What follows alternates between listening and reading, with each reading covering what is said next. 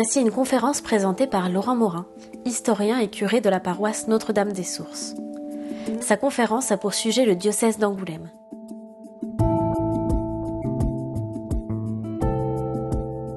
Bonjour donc à tous, à chacun, chacune, les visages connus et les visages inconnus, nouveaux. Donc je suis le père Laurent Morin, j'interviens ici davantage en tant qu'historien notamment de la Charente. Donc je suis né il y a 57 ans à Angoulême. J'y ai fait ma scolarité, ensuite j'ai fait des études d'histoire à Poitiers, à l'université de Poitiers, jusqu'à une thèse sur les abbayes, notamment donc d'Angoumois.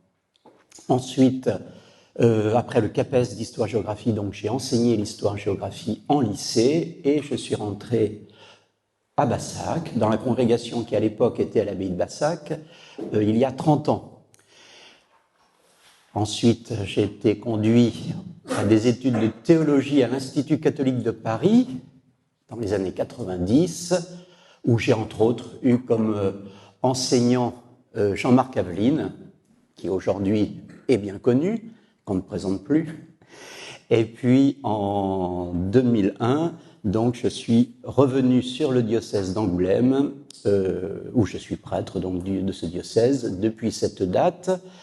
Tout d'abord sur l'ancien doyenné de Jarnac, puis sur le doyenné à l'époque de Angoulême-Ouest, et depuis 4 ans, sur la paroisse Notre-Dame des Sources, c'est à l'est d'Angoulême, Ruelle, l'île des Pagnac, Magnac, Mornac, voilà. Donc je suis simple curé de paroisse, donc aujourd'hui je n'ai aucune responsabilité diocésaine, donc je n'ai aucune compétence pour l'organisation actuelle du diocèse. Ce sera donc Catherine Josselet qui vous les présentera, ces arcanes donc diocésaines d'aujourd'hui.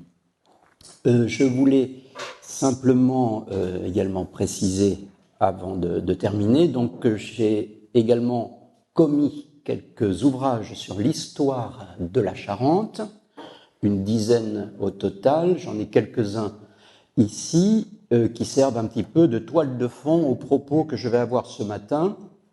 Donc c'est l'histoire de la Charente ici en 160 événements, où en 2017, dans cette collection aux éditions La Geste, donc l'histoire de la Charente, qui reprend en grande partie l'histoire du diocèse, l'histoire religieuse pour laquelle nous sommes donc réunis ce matin. Voilà, donc je voulais commencer donc bien sûr par les origines du diocèse.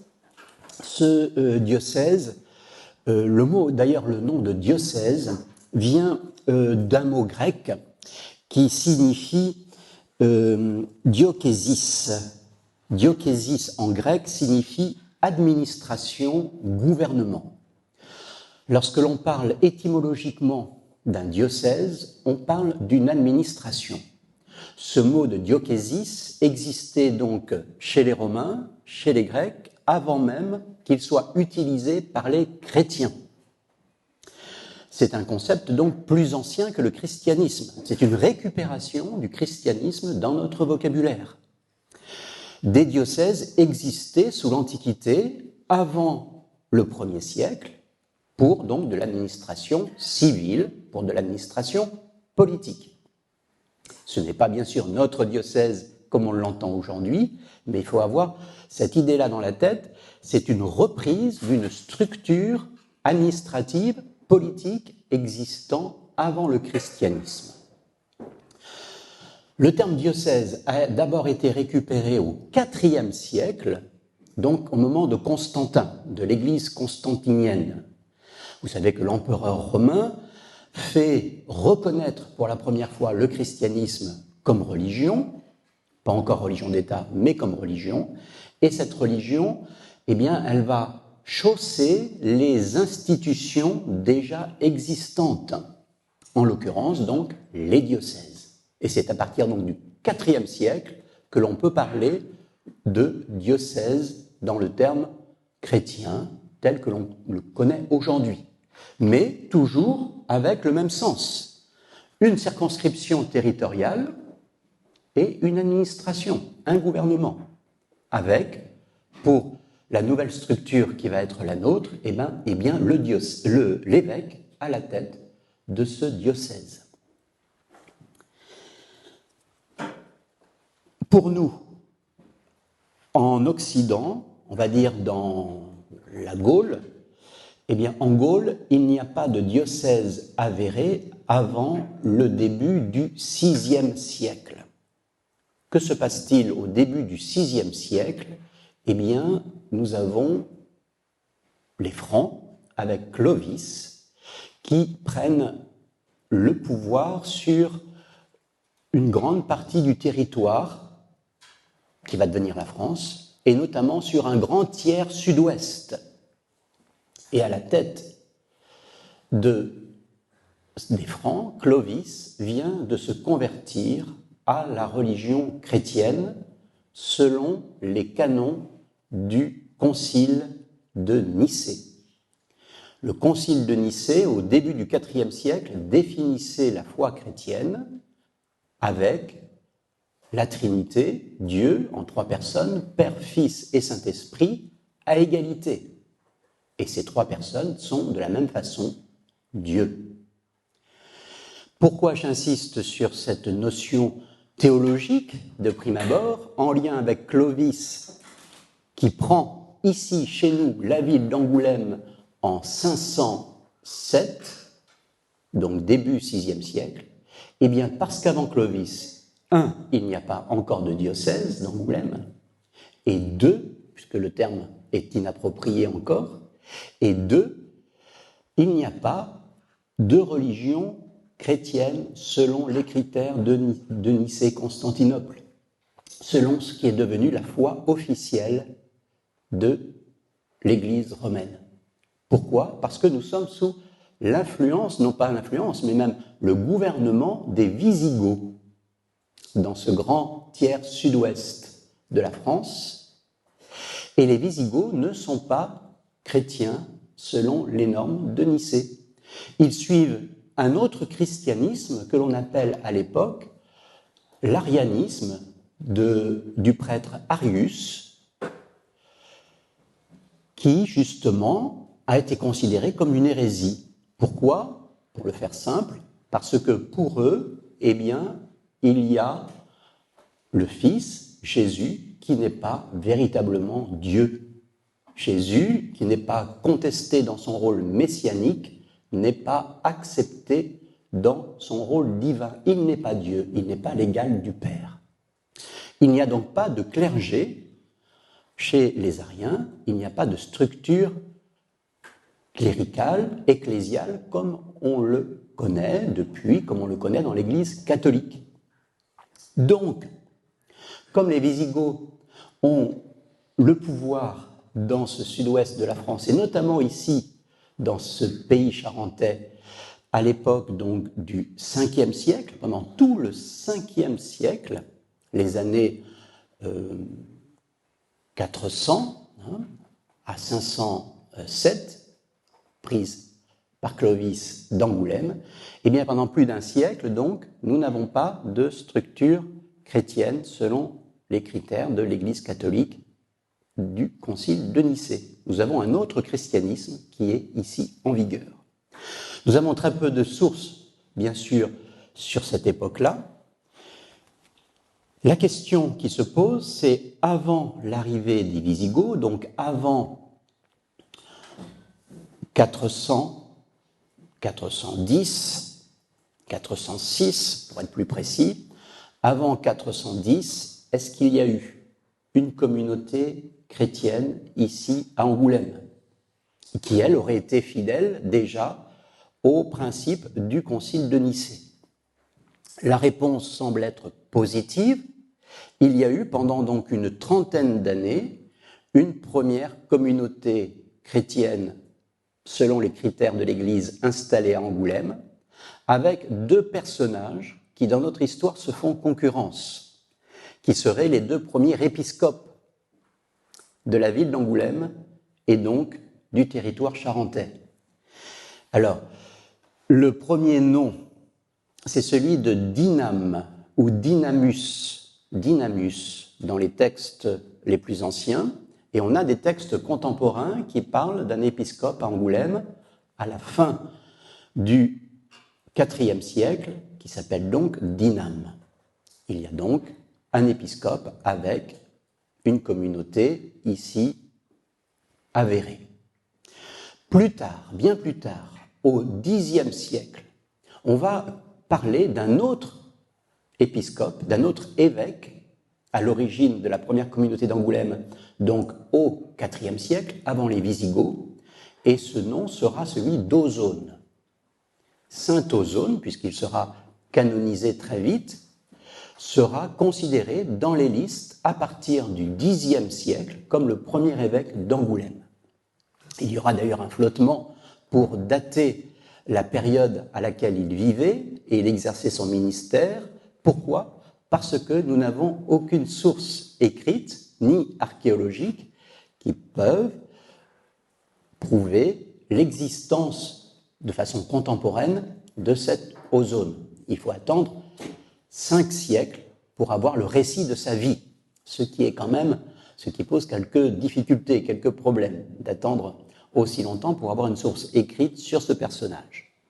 Alors, on peut supposer qu'il y a eu successivement un évêque qui s'appelait Dinam, un évêque qui s'appelait Ozone, qui sont à l'origine, donc au IVe siècle, d'une première communauté chrétienne ici à Angoulême.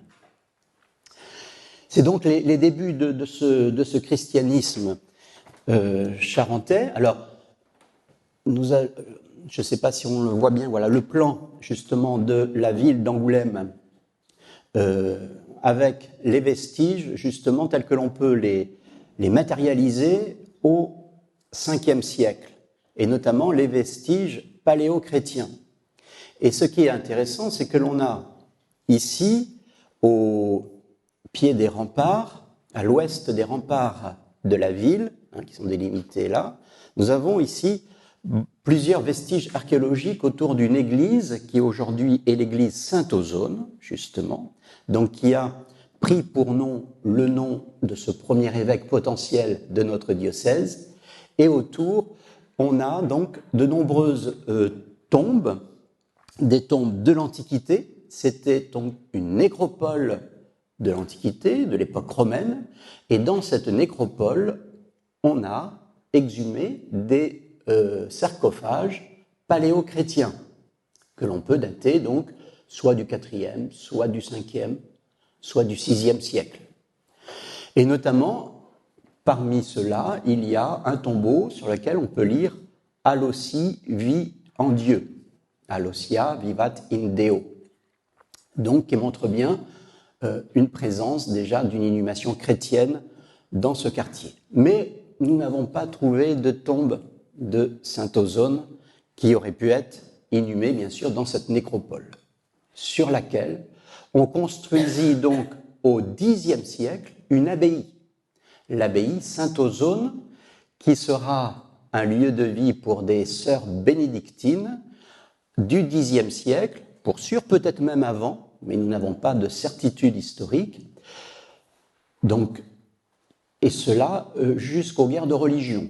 Aux guerres de religion, les sœurs bénédictines de Saint-Ozone vont monter sur le plateau, derrière les remparts, dans l'emplacement qui est aujourd'hui celui du lycée Guès de Balzac, qui était donc leur ancienne abbaye, après être délogée du site de Saint-Ozone.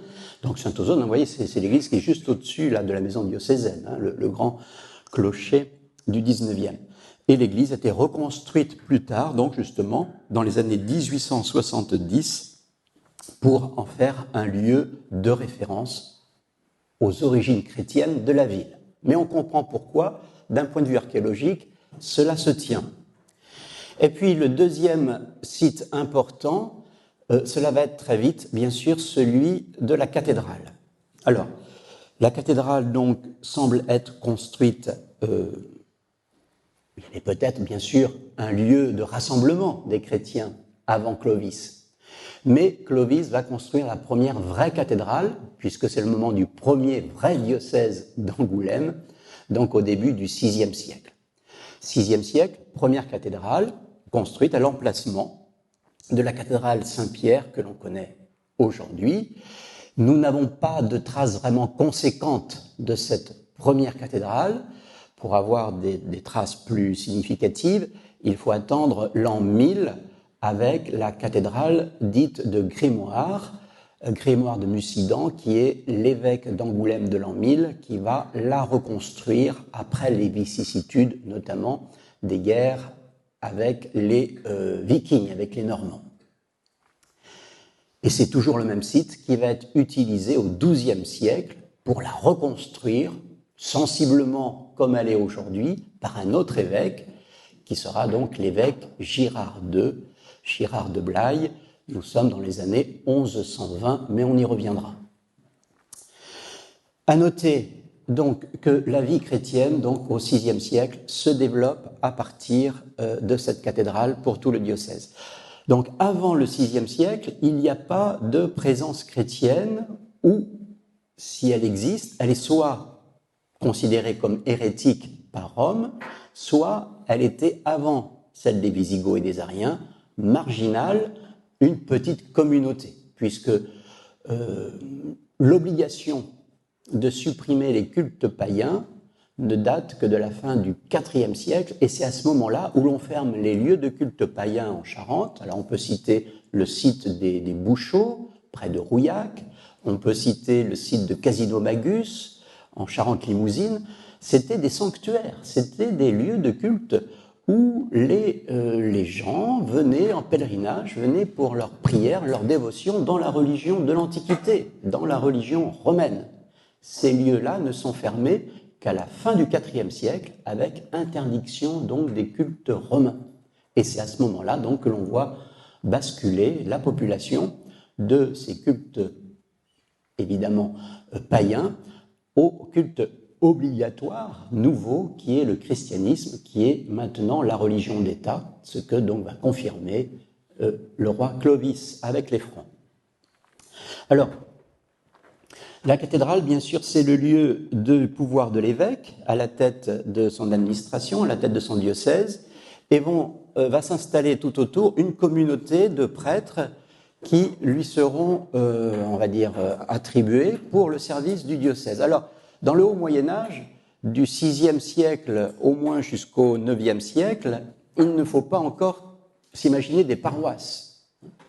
Les prêtres, le presbytérium vit autour de son évêque et ensuite est envoyé pour un temps donné dans tel ou tel lieu pour y célébrer les sacrements, pour y célébrer l'Eucharistie, pour y célébrer les différents baptêmes aux différents moments de la vie. Mais à l'origine, les baptêmes sont célébrés vraisemblablement dans un bâtiment que l'on appellera plus tard l'église Saint-Jean, et qui à l'époque était vraisemblablement, même si on n'a pas de traces concrètes archéologiques, le baptistère Saint-Jean, comme dans de nombreuses localités, comme à Poitiers par exemple. Et ce bâtiment, ça on le sait, cette église existait sur les remparts au sud de la cathédrale actuelle. Donc on baptisait à l'origine, au VIe siècle, des jeunes, des adultes, dans ce baptistère Saint-Jean. Aujourd'hui disparu, transformé plus tard en église, lorsque, on s'est mis non plus à baptiser des jeunes ou des adultes, mais des tout petits enfants, et à proximité de leur lieu de vie, de leur village, mais cela, il faut attendre au moins le 8e siècle et l'époque carolingienne.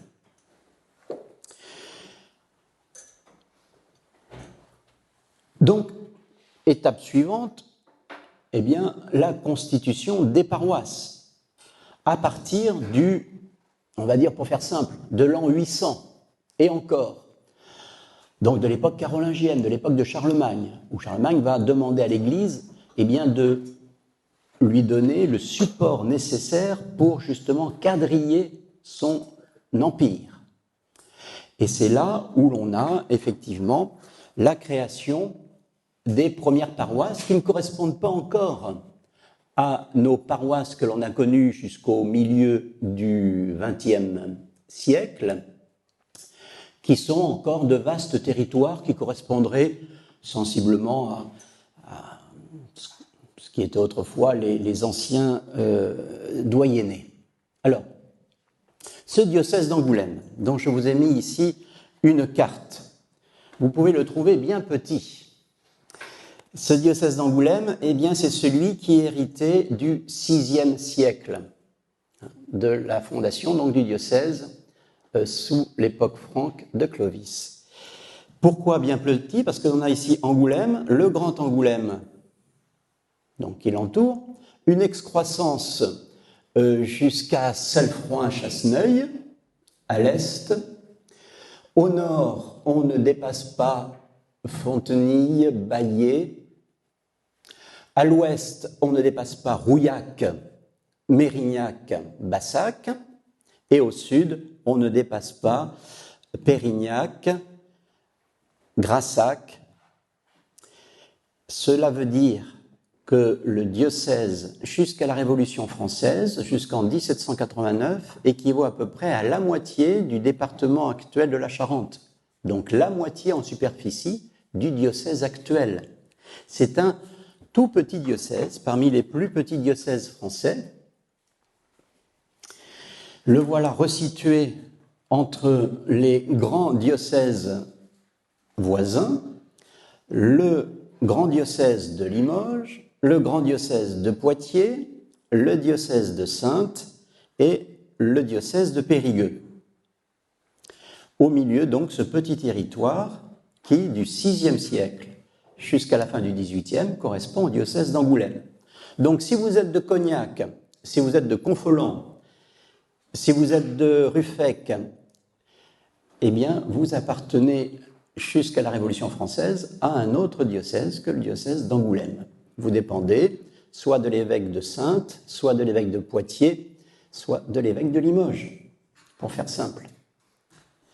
Alors, pourquoi ici cette carte avec des noms latins? Parce que, justement, les diocèses, avec Clovis au VIe siècle, reprennent les délimitations des civitas de l'Empire romain.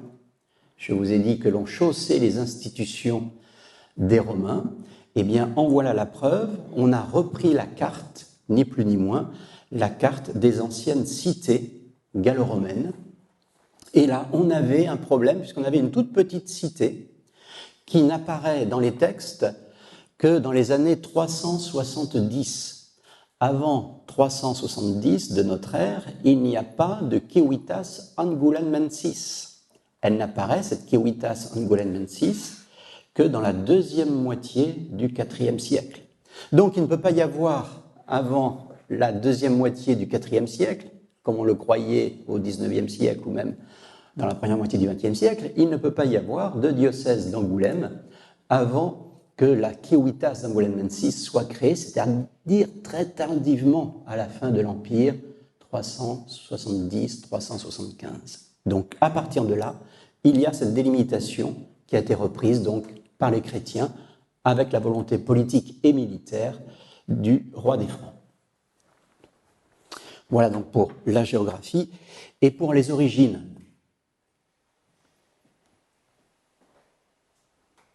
Alors, ce qui, bien sûr, ne nous exonère pas donc de parler de la création des paroisses, comme je vous l'ai indiqué. Alors, tout d'abord, d'une façon assez lâche, assez souple, au 8e siècle, à l'époque carolingienne, et d'une façon beaucoup plus rigoureuse, précise, à partir, on va dire, pour faire simple, de l'an 1000. À partir du début du 11e siècle, on va avoir une carte des paroisses beaucoup plus précise, on va dire au mètre près, selon tel chemin, tel ruisseau, telle forêt, et cela va compartimenter le diocèse d'Angoulême en 200 paroisses. Alors attention, le diocèse d'Angoulême, tel qu'il existait au XIe siècle, c'est-à-dire la moitié du diocèse actuel, la moitié du département de la Charente actuelle. Donc, si on reporte au département de la Charente, diocèse actuel, ce n'était pas 200, mais 400 paroisses qui sont constituées autour de l'an 1000.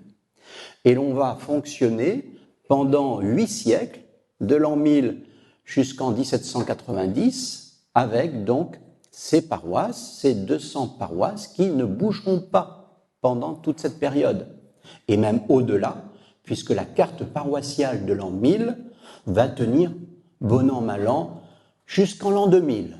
Donc nous aurons un millénaire avec le même territoire paroissial. Alors ce territoire paroissial, il n'est pas très compliqué à retrouver. Il suffit de retrouver la carte de nos communes françaises, de nos communes charentaises, telle qu'elle existait jusqu'aux dernières modifications et incitations au regroupement de communes. Là aussi, les cartes des communes de Charente, donc il y en avait 420, je crois, qui étaient donc les 420 anciennes paroisses. À la tête de chacune de ces paroisses, on va construire une église paroissiale, donc il ne faut pas chercher d'église paroissiale dans ces communes, dans ces villages, avant le XIe siècle, puisqu'il n'y avait pas de paroisse. Et on va mettre à la tête de ces églises au XIe siècle, de ces nouvelles églises, on va mettre un prêtre que l'on va appeler, on va inventer le curé. Le curé donc de la paroisse, du village, à partir du XIe siècle, qui va demeurer sur place. C'est un nouveau système qui se met en place. La résidence du curé, qui va devenir un peu un chef de village. C'est lui qui aura accès à la culture, c'est lui qui aura accès aux soins, et aussi qui aura accès au sacrement du baptême dès la naissance. On ne va plus attendre pour se faire baptiser. Au bout de 3 jours, il faut le baptême, donc il faut une proximité entre l'Église et la population, et qui aura accès également, bien sûr, au sacrement de mariage, que l'on va instituer à ce moment-là pour fixer un lignage, pour fixer une population dans un lieu, et à l'inhumation qui doit avoir lieu également dans le cimetière autour de l'église, c'est-à-dire, là aussi, on va fixer une population de nomades un peu que les populations étaient jusqu'au XIe siècle, c'est la féodalité, et on fixe la population autour d'une église et d'un château. Et le cimetière va aussi avoir un lieu important pour fixer une famille dans un lieu, on sera de tel lieu, de telle église, de telle paroisse. Et cela donc va perdurer pendant là encore des siècles. Et le curé va être le personnage central de cette fixation un peu de la population et aussi des façons de vivre, puisqu'on va lui demander, et cela va être le cas dès le XIIe siècle, de confesser une fois l'an tous les habitants du village. La confession est obligatoire avant de faire ses Pâques, avant de recevoir la communion pour les fêtes de Pâques. C'était donc le cas en Charente comme ailleurs à partir du XIIe siècle. Donc on voit vraiment un nouveau visage ici de l'Église qui se met en place au XIe, XIIe siècle en lien avec ces populations locales, ces populations villageoises. Et c'est aussi le moment de l'épanouissement d'une façon de construire les églises qui vont marquer les paysages, qui vont marquer aussi notre rapport au divin ou au christianisme. Ce sont les églises médiévales, les églises romanes. Alors, je vous ai dit 420 paroisses pour le diocèse d'Angoulême d'aujourd'hui, 420 églises romanes. Alors, en tout ou partie, puisque souvent, il n'y a qu'une partie de cette église romane qui subsiste. Ça peut être le chœur, ou le clocher, ou une chapelle, ou la façade, ou la nef. En général, c'est plutôt le chœur qui subsiste. Et le modèle de ces églises romanes, ce sera bien sûr la cathédrale d'Angoulême qui est reconstruite, comme je vous l'ai dit tout à l'heure, par l'évêque Girard II en 1120-1130. Et notamment le programme iconographique de sa façade, une façade donc avec 80 personnages qui va servir un peu de référence pour tout l'Angoumois. On peut penser la façade de l'église de Ruffec, par exemple, qui vient d'être restaurée. Cette façade s'inspire en partie de celle de la cathédrale d'Angoulême. On peut parler aussi de l'influence architecturale pour les arcatures superposées. On va même parler d'un style roman d'angoumois. Lorsque vous voyez ces différents niveaux d'arcatures superposées en façade, c'est le style angoumoisin avec une nef unique, voûtée en berceau, et une forme de croix latine. Alors, ce qui est intéressant donc à souligner, c'est que par exemple ici, on a l'abbatiale de Saint-Amand-de-Boix telle qu'elle existait au XIIe siècle, alors pas telle qu'on peut la voir aujourd'hui, mais telle que l'on pouvait la voir au XIIe siècle. Et on voit dans les parties romanes du chœur le développement des différentes absidioles du chevet de cette abbatiale romane de Saint-Amand-de-Boix. On voit donc des points communs, des similitudes avec le plan précédent qui représentait la cathédrale d'Angoulême. Et si on connaît ici la façade nord du transept de cette abbatiale de Saint-Amand-de-Boix, on a quasiment une copie de celle de la façade de la cathédrale Saint-Pierre d'Angoulême. Donc on voit très nettement ces influences. Il faut dire que cette architecture-là date des années 1130, donc juste après Angoulême. Alors c'est également l'époque des abbayes. Il faut, donc après avoir parlé de l'institution des paroisses au XIe siècle, puis des églises romanes qui vont marquer les paysages et les mentalités au XIIe siècle, il faut parler aussi du rôle des abbayes en Charente, qui va être un rôle important, conséquent. Alors, les toutes premières abbayes, la première abbaye connue, première communauté religieuse, première communauté monastique connue en Angoumois, c'est l'abbaye de Saint-Cybard d'Angoulême, qui existait au pied des remparts au nord de la ville, entre la Charente et les remparts nord de la ville, à l'emplacement ou autour plutôt d'une grotte où vivait un ermite au VIe siècle, l'ermite Cybard ou Éparchus. Et cet ermite qui libérait des esclaves, qui achetaient leur liberté, passait pour un saint, et des disciples sont venus autour de lui s'installer et former une première communauté religieuse dès le VIe siècle. On a pour cela des vestiges, des témoignages aussi bien de textes que d'archéologie, ce qui est intéressant. Donc Cybard est le premier personnage chrétien vraiment significatif de notre Angoumois, Saint Cybard. Et il va donner lieu donc, son tombeau, son culte va donner lieu à une grande abbaye qui sera, alors c'est pas celle que vous voyez actuellement sur le plan, mais cette grande abbaye qui sera donc la plus riche et la plus prospère d'Angoumois, donc des origines, donc du 8e siècle pour sûr, au moins jusqu'aux guerres de religion. Il y aura parfois, différentes époques, près de 80 moines bénédictins dans cette abbaye de Saint-Cybard, donc la première. Mais très vite, donc, on va, à partir de ce modèle charentais de l'abbaye de Saint-Cybard, donc qui n'existe plus, ne la cherchez pas aujourd'hui, ce sont les bâtiments de la cité de l'image, de la bande dessinée, qui se trouve sur le coteau au pied de l'ancienne grotte de l'Ermite, près du carrefour du Nil, carrefour les Charentais, carrefour Barouillet. Donc, ce modèle va bien sûr essaimer, et notamment dans des lieux assez reculés, dans des lieux de frontières, dans des lieux peu habités. Les moines, au départ, on va dire, pour faire simple, jusqu'au XIIe siècle, vont chercher des lieux à l'écart, peu habités, où ils vont défricher, où ils vont s'installer et coloniser de nouvelles terres. C'est un peu une fuite du monde, être moine au Moyen-Âge, c'est la fuga mundi, fuir le monde. Fuir le monde pour des îlots de paix et des îlots de prière. Dans un monde souvent violent, souvent belliqueux, ce sont des havres de paix. Et là, je voudrais juste, avec ce plan, donner en exemple une abbaye qui se trouve près de Cognac, sur la commune, l'ancienne paroisse de Merpin, l'abbaye de La Frénade, qui a été construite, fondée au tout début du XIIe siècle.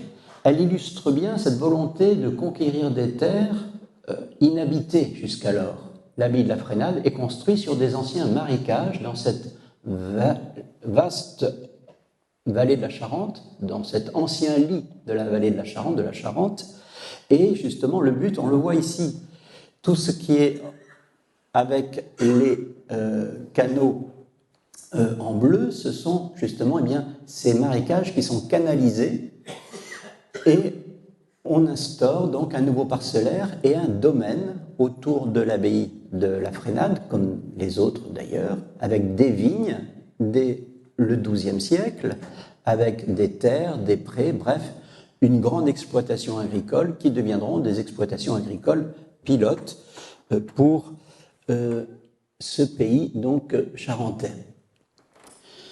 Je vous parle de cette abbaye de la Frénade parce que justement celle-ci, comme les autres, sont en lien, sont en réseau avec, on va dire, des routes commerciales, des routes économiques.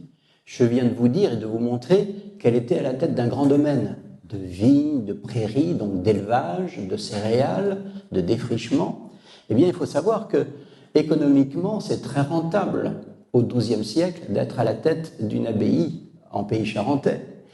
Et ici, c'est la ligne des cisterciens, la route des cisterciens entre leurs nombreuses abbayes du Massif central, notamment de la Creuse, de la Corrèze, avec la maison mère d'Aubazine, et les autres abbayes qui en dépendent, une autre abbaye en Angoumois, l'abbaye de Grosbeau, une abbaye cistercienne donc au sud-est d'Angoulême, puis à Angoulême, une chapelle, la chapelle d'Aubzine, qui est aussi un lieu de relais sur cette route commerciale, puis le cours de la Charente que l'on peut à l'époque remonter en gabarre pour aller jusqu'à la Frénade et surtout, après Saintes, aller jusque sur l'île d'Oléron. Pourquoi ? Parce que c'est le sel, la route du sel, d'avoir un prieuré ou une abbaye, comme c'est le cas ici pour les cisterciens sur la côte, c'est d'avoir le sel.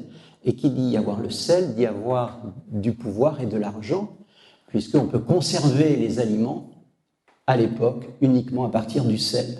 Donc on a ici une route économique qui se construit, qui se constitue au bénéfice des populations et au bénéfice aussi, bien sûr, des ordres religieux de cette époque-là, ici donc les cisterciens. Alors les bénédictins font la même chose.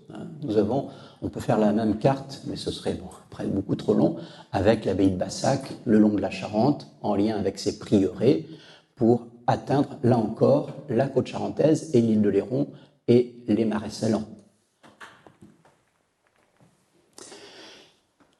Une autre abbaye significative de cette époque, telle qu'elle peut être reconstituée aujourd'hui, alors vous ne la verrez pas comme cela, pourtant elle est à 8 km de cette salle, au sud d'Angoulême, c'est l'abbaye de La Couronne, telle qu'elle existait donc au XIIe siècle. Et là, on a affaire, alors je vous ai parlé des bénédictins, avec l'abbaye de Saint-Cybard d'Angoulême, je viens de vous parler des cisterciens, avec Grosbeau et la Frénade, en Charente, et là, je vous parle maintenant d'une troisième catégorie de religieux, ce sont les chanoines de Saint-Augustin. Ce ne sont pas véritablement des moines, puisqu'ils ne sont pas tenus à la clôture monastique. Ils peuvent avoir des activités, soit administratives, financières ou pastorales, en dehors de leur clôture, mais ils ont aussi le tout d'une abbaye. Et ici, donc, l'abbaye Notre-Dame de la Couronne illustre bien, à partir du milieu du XIIe siècle, cette volonté d'avoir le tout d'une abbaye, comme les autres, c'est-à-dire le cloître, avec la partie pour les études, avec le dortoir, le logis de l'abbé et la partie administrative et économique du domaine, et aussi donc le réfectoire et les autres bâtiments qui servaient à la vie conventuelle. Et bien sûr, la grande abbatiale, dont il reste aujourd'hui que quelques ruines malheureusement, de style de transition, c'est un style de transition, c'est encore, on va dire, les proportions de l'art roman, mais avec déjà la croisée d'ogives, c'est ce que l'on appelle le gothique angevin ou gothique plantagenet. Aujourd'hui, ce sont des ruines. J'attire votre attention sur le fait que l'église, en volume, était la plus grande église à l'époque, c'est-à-dire la fin du XIIe siècle, du diocèse. Plus grande église de la Charente, puisque donc elle avait ce que la cathédrale d'Angoulême n'avait pas, des bas-côtés et donc une certaine ampleur au niveau du chœur aussi pour les activités canoniales. Voilà le plan d'ailleurs de cette ancienne abbatiale de la Couronne. Alors, avant de revenir sur ce plan d'Angoulême, je voudrais quand même vous donner ici la liste. On va grossir un petit peu.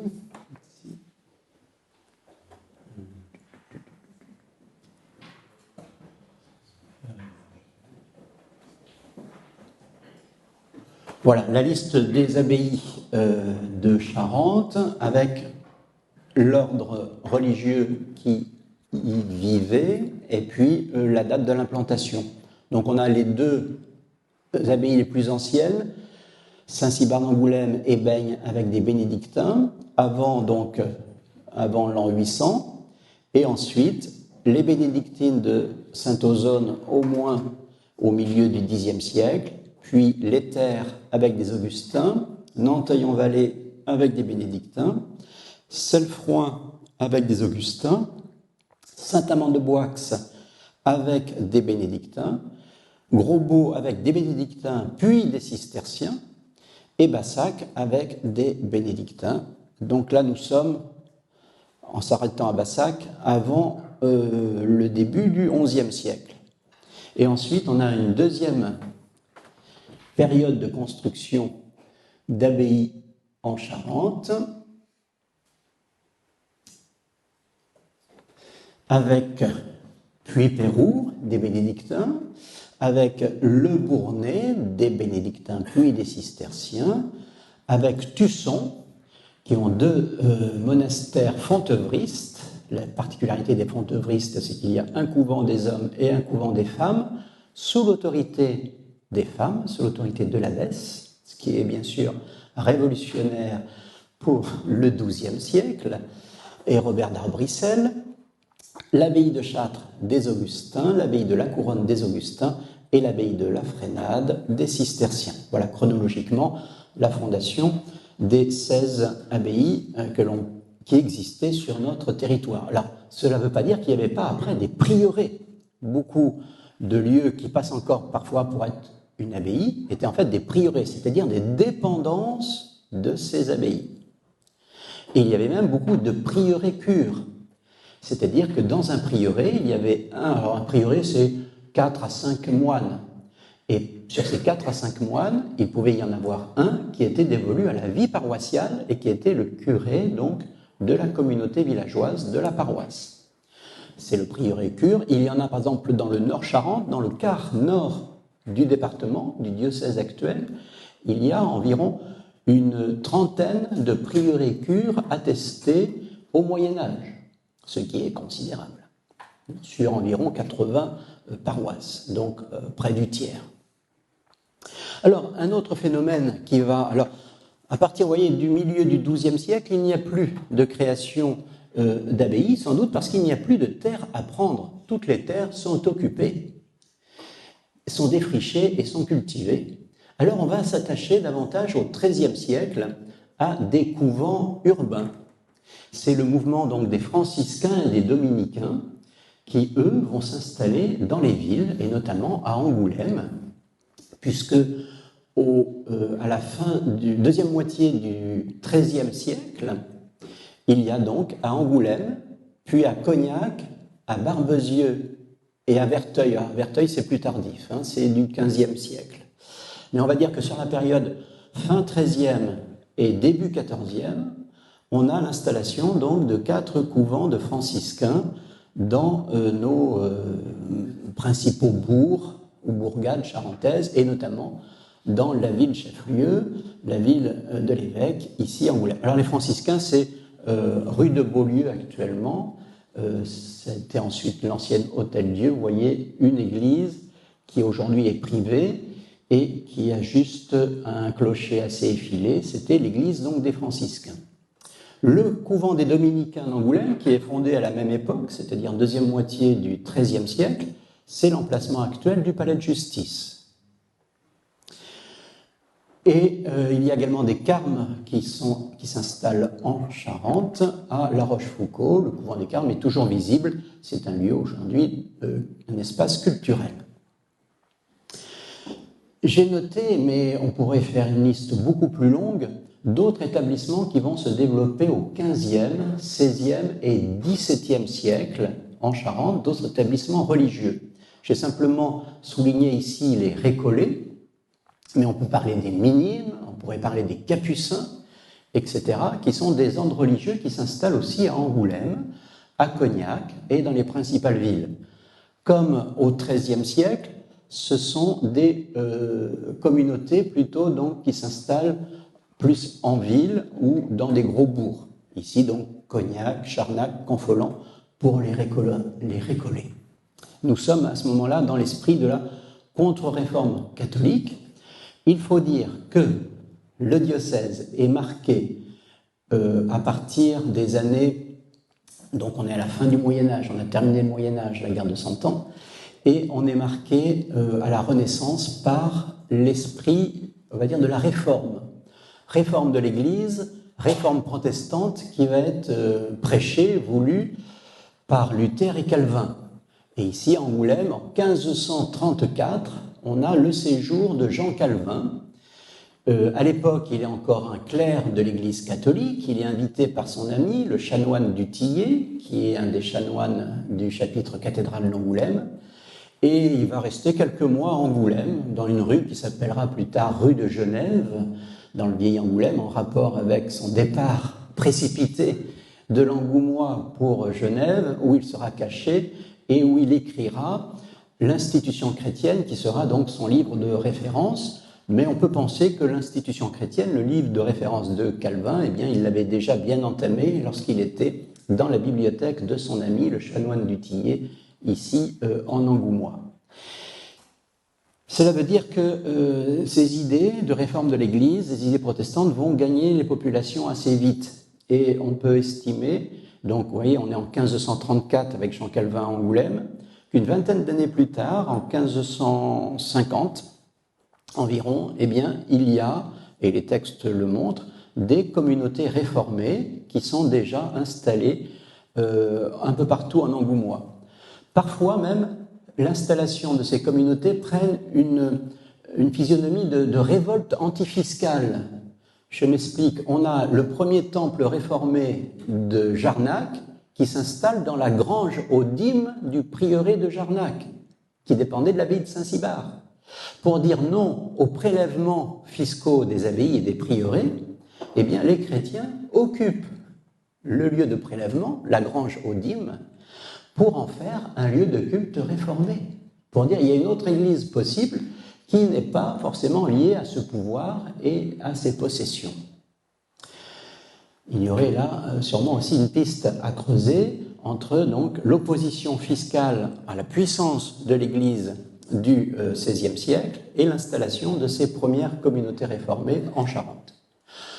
Toujours est-il qu'elles sont nombreuses. On a des villes entières, des villages entiers qui deviennent protestants donc au XVIe siècle.